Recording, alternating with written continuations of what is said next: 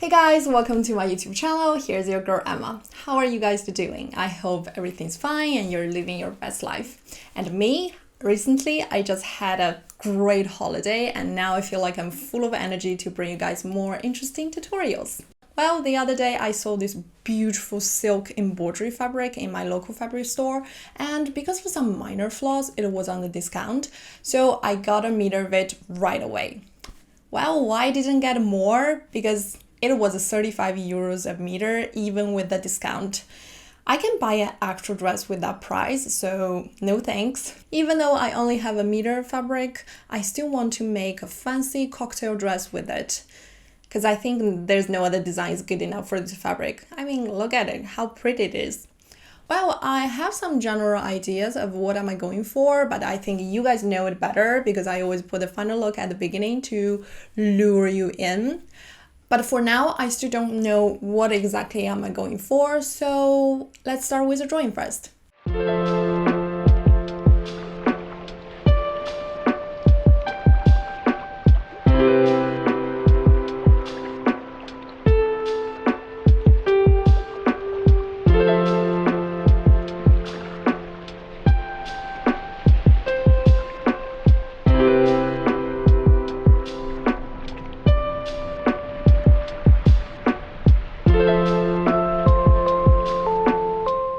Now that my design is ready, I can start draping the pattern.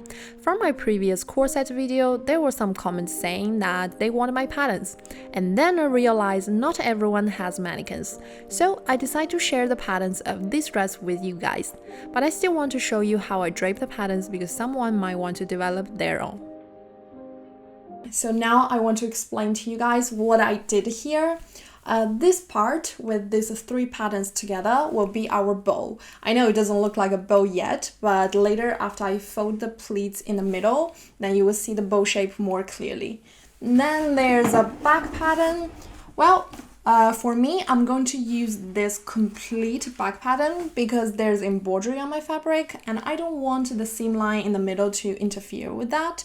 But in the PDF file, I'm going to separate this pattern into two, so it's more easy for you to print it out on the A4 paper. The pattern will still be the same, you just need to stitch an extra seam line here.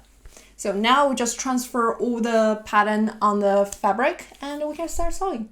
There's not much to say about cutting fabric. The digital patterns don't have seam allowance, you have to add by yourself. And for this dress, only the front waistband pattern needs to be cut on the fold. Other patterns can be cut normally. Then do the same to the lining and you're done. I started by sewing the two bra pieces right sides together. Pay attention to the direction of these panels, because seriously, these two pieces look really similar. Remember to mark the bust point on the fabric after the cutting, so that you just need to join the bust point while you're sewing, and you won't make any mistakes. Then I iron open the seam allowance to keep everything nice and flat. Then I sew that top piece of the bra on, not sure exactly what it should be called. Anyway, remember always to match the marked point.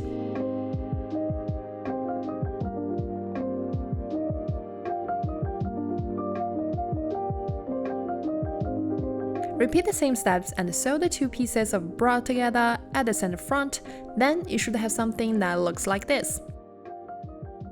Then do everything all over again with the lining. Then I place the shell and the lining right sides together and sew the top and bottom edges closed.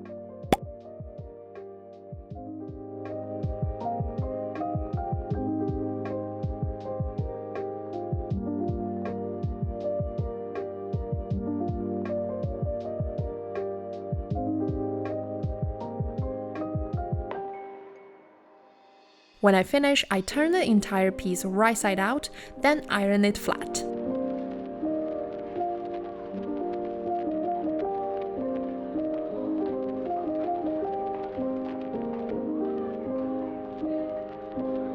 Finally, we're going to turn this piece of fabric into a bow. It's really simple. I just fold two pleats in the middle. You can try to make different pleats and find out which one you like the best.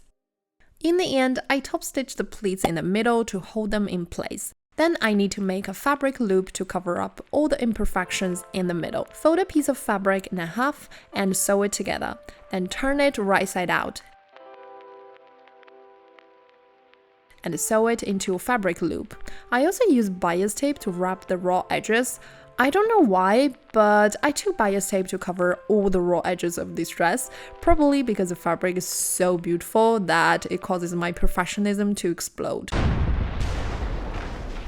Once the fabric loop is done, you can tuck the bra into it.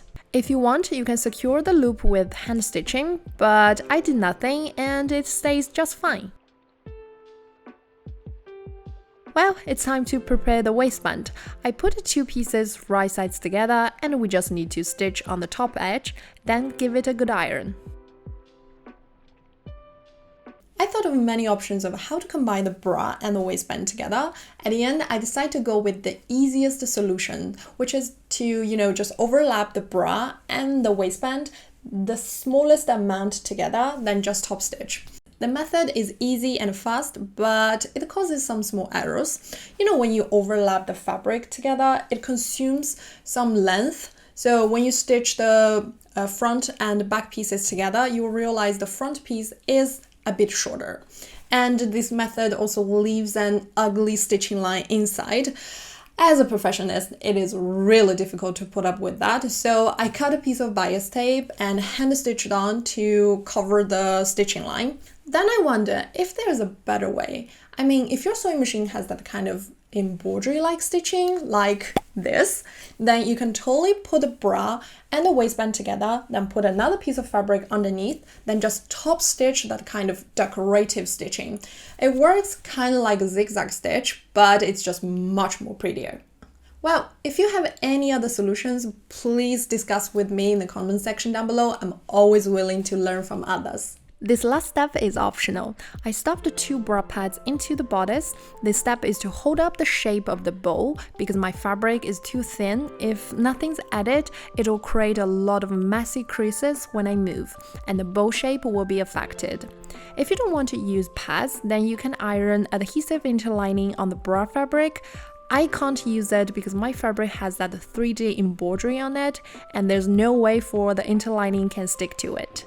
Okay, now let's work on the back piece, and as before, put the shell and the lining right sides together and just sew the top edge, and then iron it flat. Before assembling the front and back pieces, I want to add the boning to the side seams.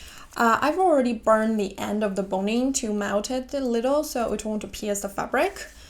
Since my fabric is very light and thin and the bodice need to be very tight, so inevitably the side will be pulled out lots of creases, which will make the dress overall looks very wrinkled and cheap. The boning can keep the side flat and can also be very effective in supporting the shape of the bodice, so it will less likely fall off your body, so you will feel more secure. Then I sew the front and the back panels together, and the bodice is almost done.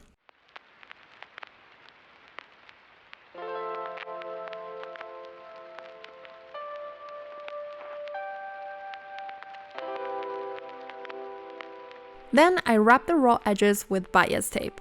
I sew one side first, then the other side.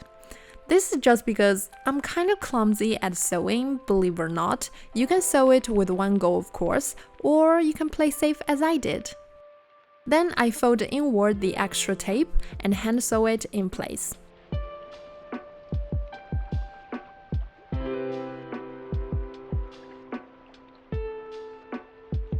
Finally, we can make the skirt. I didn't put the skirt pattern in the PDF file. That's because I don't have it either. The lower skirt is basically two large rectangles. I'm not even sure of the exact measurements. Anyway, I used all the remaining fabric. The only thing I know is that each piece is about 1 meter long. Then I put the two pieces wrong sides facing each other. Yes, you heard me right, wrong sides facing each other. That's because I'm going to sew the French seam on the skirt. Basically, you need to sew a 0.5 centimeter seam allowance on the front side first, then take a scissor and trim the seam allowance in half. Be careful not to cut the stitching line. Then turn the fabric to the back side and sew another 0.5 centimeter seam allowance.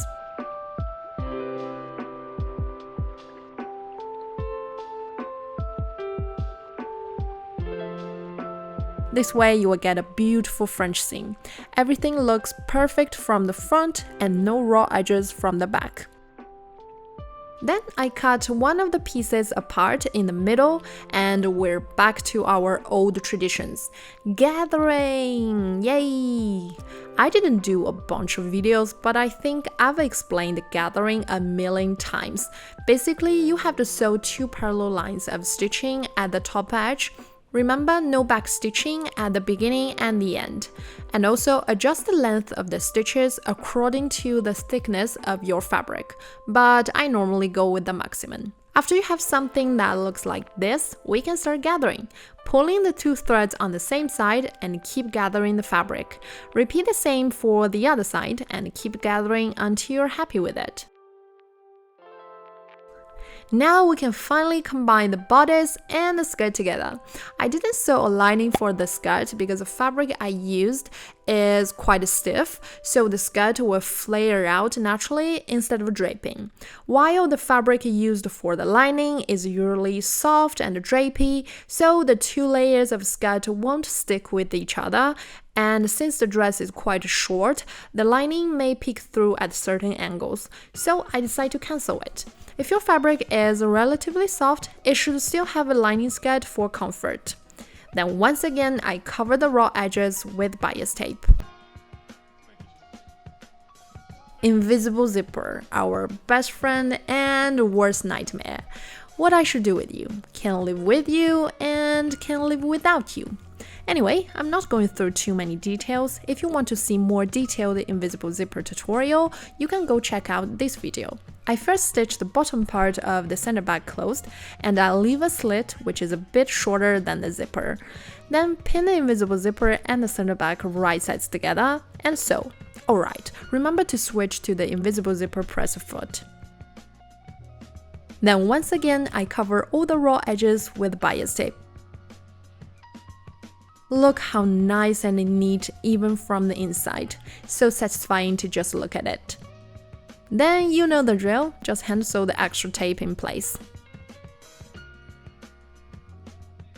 Because of my precise plan, the selvage just happens to be the bottom edge of my skirt, so I just fold it inward and hand sew it.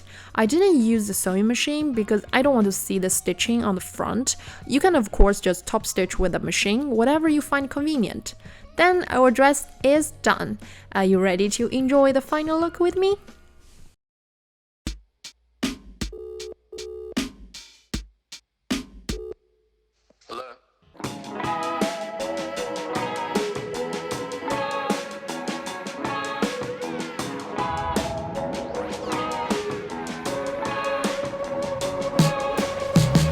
Sitting in your room, working on my first record.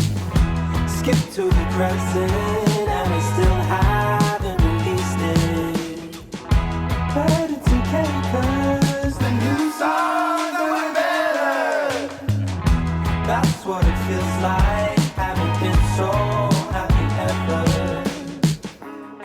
Well, that's everything for today's video, and I hope you enjoyed it. If you do, don't forget to like this video and subscribe to my channel. See you next time. Ciao!